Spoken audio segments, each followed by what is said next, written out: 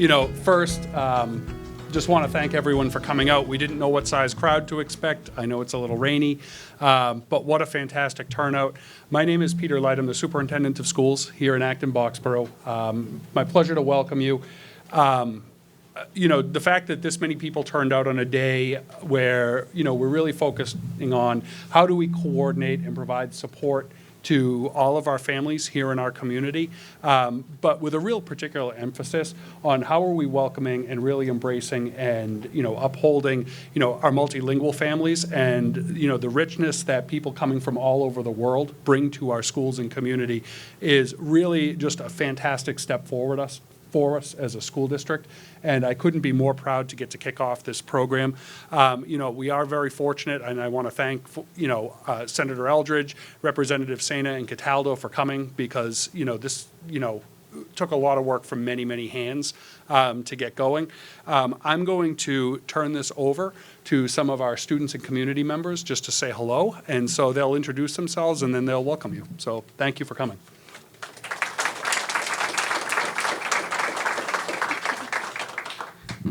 Hello, everyone. My name is Li Zhu. I'm a volunteer for this research center, and also I'm a parent of IG grade, seventh grader, and I'm speaking Mandarin.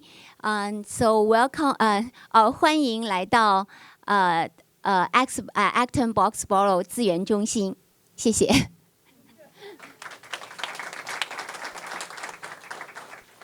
Hello, everyone. My name is Mansi Gujar, and I am an English language development teacher at Conant and Blanchard Elementary School, and I'll just welcome you all in my native language, Hindi. Acton-Boxborough resource centre में आप सबका बहुत बहुत स्वागत है. यहाँ आने के लिए बहुत बहुत शुक्रिया. नमस्ते.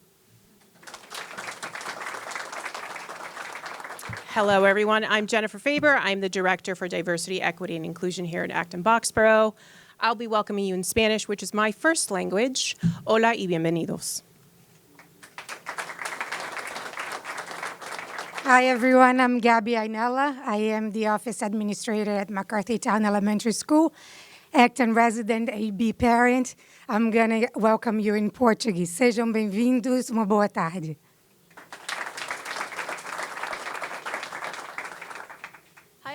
My name is Lesia. I'm in 10th grade and I volunteer here at the Resource Center. I'm going to welcome everyone in Ukrainian and Russian. Добрый день, ласкаво просимо до Центра ресурсов Acton-Boxborough. Добрый день, добро пожаловать в Центр ресурсов Acton-Boxborough. Hi, I'm Carol Bussy. I'm at the Acton-Boxborough United Way board, and I'll welcome you in French. Bonjour à tout le monde, je vous souhaite le bienvenue. Hi, good afternoon. I'm Deborah Bookus. I'm the Assistant Superintendent for Teaching and Learning. I'm also an Acton resident and a proud parent of 2 AB graduates. I will welcome you in my first language, which is Greek. Kalispera.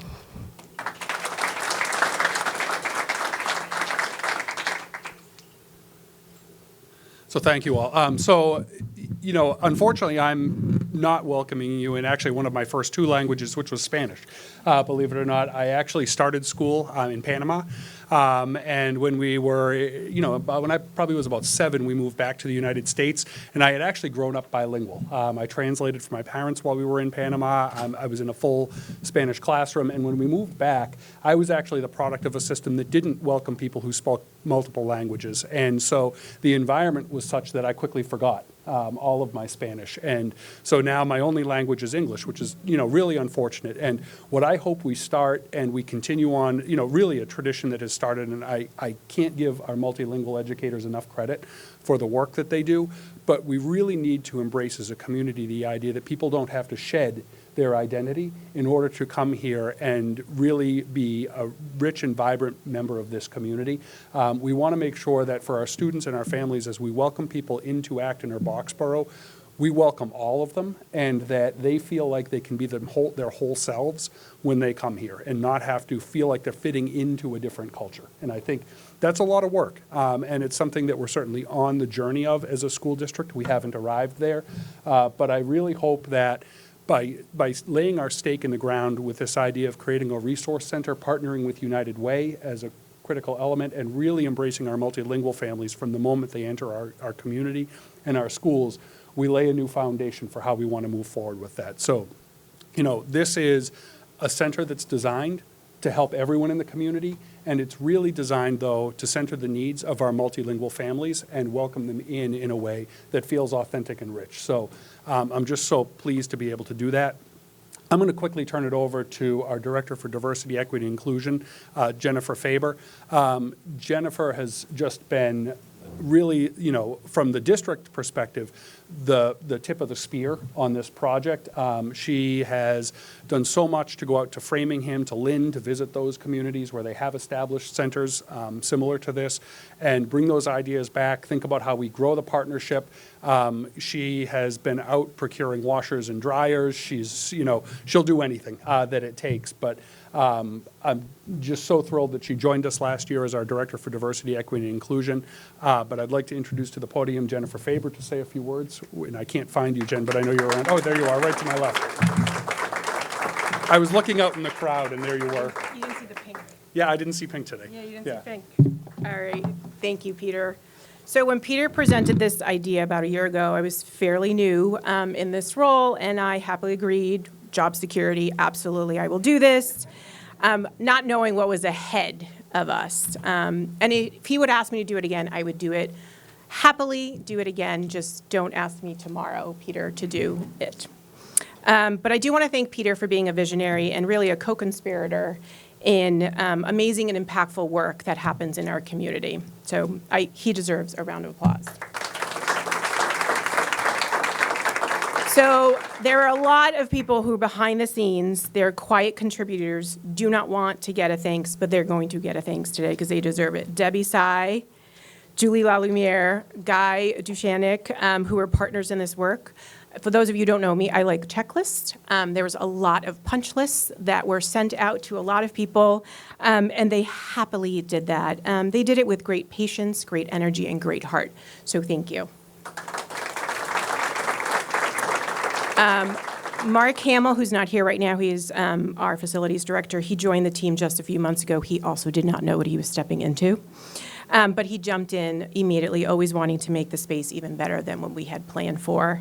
I do want to thank the Gould family. They may or may not be in this space. They donated all the store fixtures in the AB Exchange when their store was closing. They really generously gave us anything that was available to us. So that's how we created that space.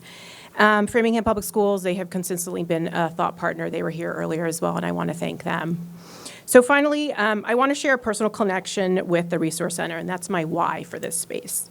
As a daughter of 2 Cuban immigrants, I was a dutiful daughter who helped my parents manage all the language, medical, and community barriers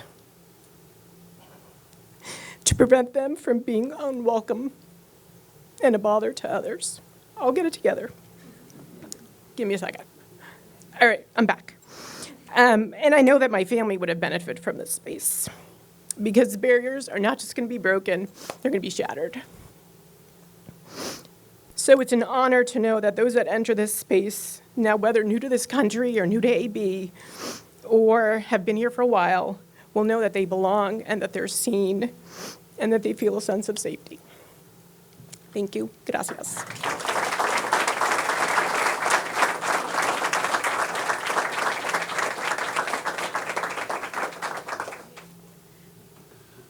So our Deputy Superintendent, Andrew Shen, who is not speaking today, but he is on the board at Acton-Boxborough United Way, and he came to us as we were working through getting the Resource Center up and running last year and said, hey, I have an idea.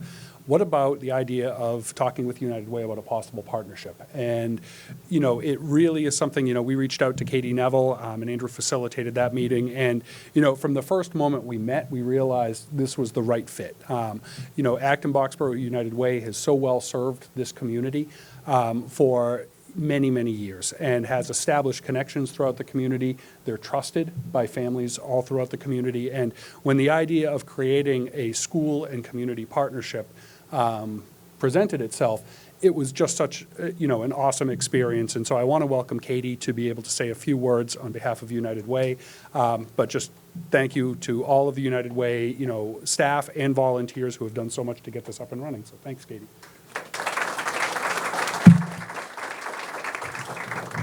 Thanks, Peter and Jen. The way that the school administration and building staff have really rallied around this initiative is amazing to be part of. Any new idea about what this space could become is welcome with how can we make that happen? And it's just truly amazing to be in at the ground floor of this. So for Acton Boxborough United Way, this truly feels like an ideal partnership. For 42 years, we have a history of connecting residents to resources through our grant making, through our needs assessments, and our programming.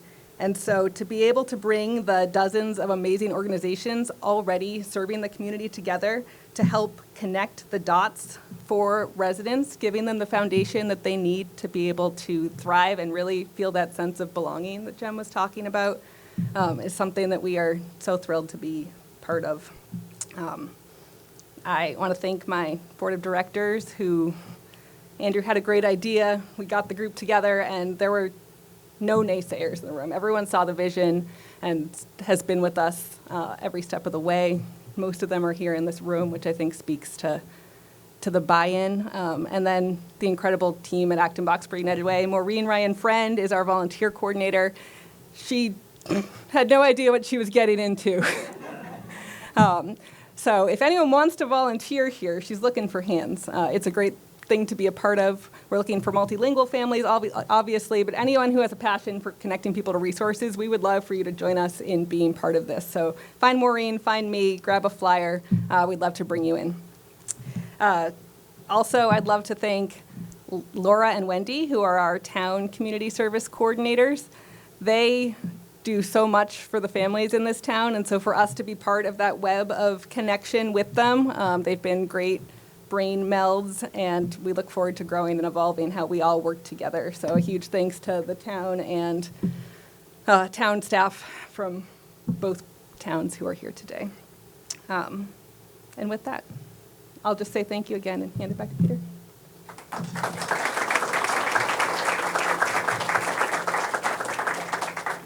Yeah, thank you. I think, one of the things that I feel so fortunate that we have here is such a strong relationship between the schools and the towns, and that doesn't happen in a lot of the regional districts. So, I want to thank Michael Johns. I want to thank John Mangiaretti, who are both here supporting this. Really, it doesn't happen without that level of support. Chief Kogan, I see you there. I don't know if we have some other of staff members here, but really, thank you to both towns because, this, I think, even for a regional district, which can sometimes feel very separate from towns, it's so important that we're seen as just a piece of that community and that the communities are seen a piece of the schools too. So, thank you to the towns. I want to welcome Adam Klein, who's the chair of our school committee. And, just as Katie said, the boards here are so critical to being able to support initiatives. I feel so fortunate at AB that we have a remarkably, cohesive school committee that has a real set of core values around centering the needs of families and centering the needs of students. And so, we're thrilled that our school committee also was a huge support in this effort. So I'd like to welcome Adam Klein, the chair of our school committee. Thanks, Peter, and welcome everybody. For those of you who don't know, our school committee meets twice monthly right down the stairs there, and I have to say that this is one of the first times I've seen such a large and welcoming group of people in this space. So you're all very welcome here, and please come back next Thursday night. We would love to have you. In all seriousness, Peter, several years ago, started talking about this idea of a resource center and finding a place to be able to bring those people who are new to our community into the community and help them sort of get both registered with the schools but integrated into our community. And I was so happy to hear that we were able to find and support a space here in our own building to welcome everybody here. I want to thank everybody who's already been mentioned who's worked on this and our congressional delegation who's also here to help support us. Thank you all very much, and you're all very welcome. Thank you.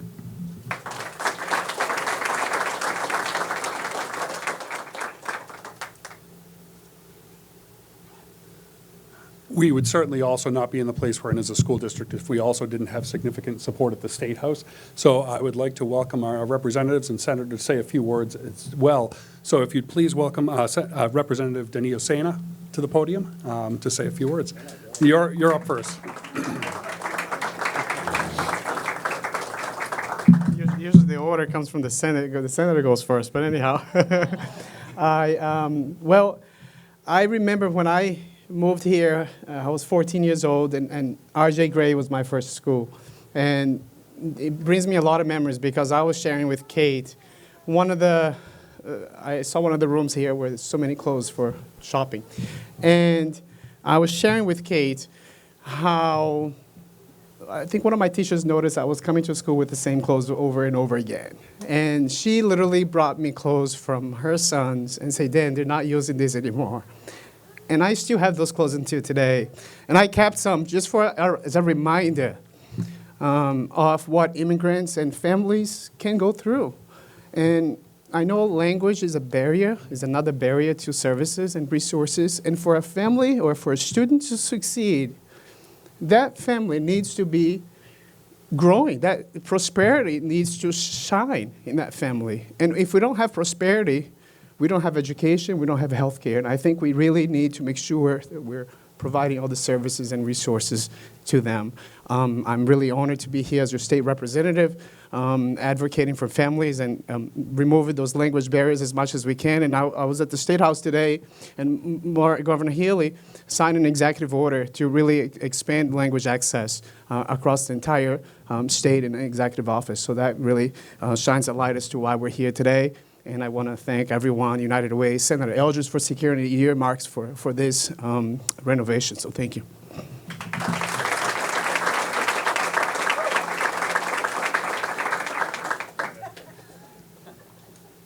Hi, everyone. My name's Simon Cataldo. I have the honor of representing the 14th Middlesex District. I see there's people way back there, which is amazing. Can you hear back there? Yes? Okay, great. Chief Kogan, Town Manager Majerati, Superintendent Light, members of the Select Board, School Committee, everybody's here. United Way leaders, students, teachers, administrators, my colleagues. And why? As Jennifer was saying, why? What does that mean? You know, we are having an important conversation in the Commonwealth of Massachusetts about what we do when people who aren't from here come here. And I can tell you, having been in the House Members Lounge with most of my House colleagues and Lieutenant Governor Driscoll and her team a few days ago, during a very emotional discussion and debate about what we do as a Commonwealth, that there is a wide variety of opinions. And I'm not talking about political parties. I'm talking about, including in my own party, about a wide variety of opinions and perspectives, and it all comes down to values. What value do we place on the people who come here? Do we think that they have intrinsic value? And do we think that we all will be better off if we support them in the ways that they need to be supported? And do we remember about how every single one of us was once a new person in this community, in Acton, in Concord, where I'm from, in this country, you know, wherever that was. And so as legislators, what we do is we try to advocate based on our values and based on our community's values. And that's what we're doing now. And so I stood up in that House chamber, in that House Members Lounge, and I had a few words, and I've communicated frequently with the Lieutenant Governor and the Governor and her team and the House Speaker about what it is we have to be doing. But the only reason that that can happen authentically, the only reason that that can be effective is because of things like this. Because I can point to something like this and saying, the Acton-Boxborough community puts its money where its values lie. And it's not just all talk, that we're doing this, that we want this. It really matters on a practical level. Around 80 municipalities right now are hosting new migrants out of 351. One of the largest shelters, congregate shelter sites, is right down the street in Concord. at the old Best Western next to Paparazzi and near the prison. And they are holding that up as a success story in Massachusetts, not because of what the state did, which was not enough, but because of what the community did. And that is enabling me to have authority and authenticity when we go and we say that these people need to be treated in a manner that reflects the values of the people of Massachusetts and the people of our community. So you are empowering us to do a better job for you by making these investments, and I thank you for that. Thank you so much.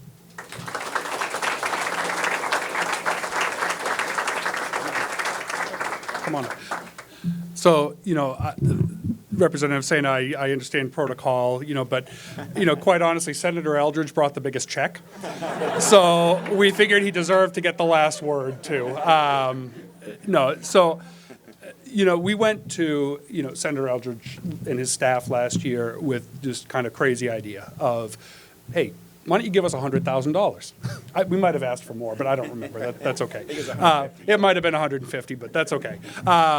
So we wanted to save some for the representatives later. But in all seriousness, we went to the senator with this idea of creating this type of a resource within the Acton-Boxborough schools and within our community. And we knew this was so aligned with Senator Eldridge's core values that we thought this was a good pitch to make.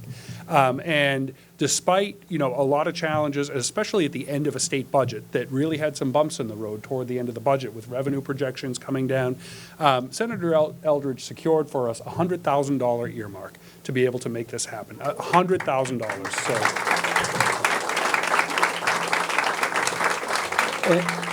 So without that, you wouldn't be looking at this resource center because we've had certainly budget challenges over the last few years as a school district, and we didn't have the internal resources to be able to do something this kind of aspirational at this time.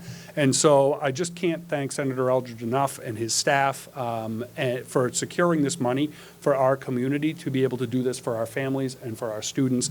So really, just on behalf of the entire school district, our families and students, I just want to say thank you and give you the opportunity to say a few words. Thank you so much. Thank you so much, Peter. Now I know why I was going last, so thank you. It's very hard to follow both what Superintendent Light laid out in his vision, but also my colleagues and friends, Representative Cataldo and Representative Sina, very moving remarks that speak to both the personal experiences a lot of new people have had growing up here in Acton and Boxborough, as well as Representative Cataldo really advocating to make sure that new arrivals throughout Massachusetts, when the legislature takes action to welcome those families, that there's a positive voice there at Beacon Hill. So I'm very proud to serve with them, and I want to make clear that the $100,000 very proud to secure was a partnership that I was proud to lead on in the Senate. I first just want to say to Superintendent Light, I just think of all the things that happen in the Acton-Boxborough School District, whether they're the positive things or the new schools or tragedies or very tough situations. I just can't thank you enough and just so proud of your vision and your team for how you represent the Acton-Boxborough School District, but also all of our residents. So I thank you for your leadership, and I want to give you some applause.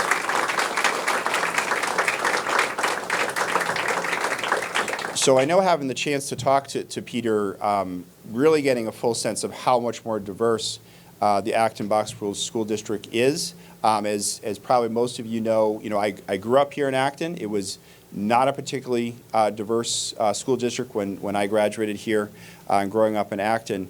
And it's just incredible to see not only the diversity, but how welcoming people are, and the fact that I think from our conversation earlier, there should be about 400 students that are multilingual that are going to be in the school district, and that a very high percentage of those individuals, of those students, are going to be at the foundational level of speaking English. So in other words, they're going to need some support, and disproportionately are going to be much more diverse, both culturally, racially, religiously. And so to have this Acton-Boxborough Resource Center to partner with the Acton-Boxborough School District. I want to thank Katie Neville and the Acton-Boxborough United Way for her leadership, and of course Jennifer Faber for her vision on the DEI front is really, really powerful. And I just think of new arrivals, whatever country they're coming from, whatever state, whatever community, for them to have a place where it's very clear that they're welcome, that they get the support that they need, as Representative said, to be prosperous, to succeed, is incredibly, incredibly powerful.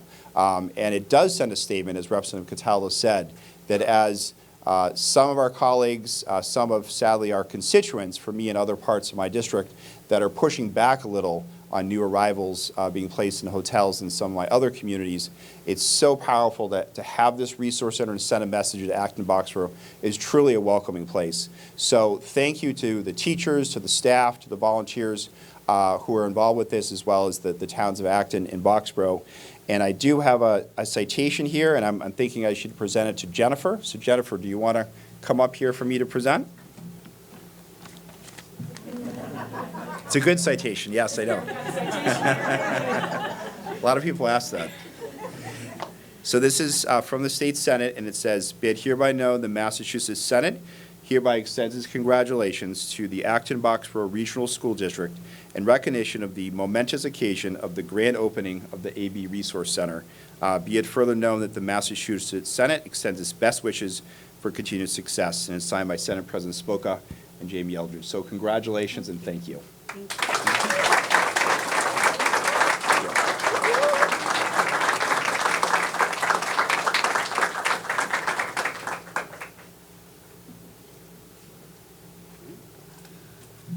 So thank you, everyone. And it's always a better day when you get a citation from the senator as opposed to the chief of police. That's what I was thinking. I'm like, okay, this is okay. But in all seriousness, thank you all for coming today. The Resource Center, Acton-Boxborough Resource Center, is officially open, and we are here for business. So thank you very much.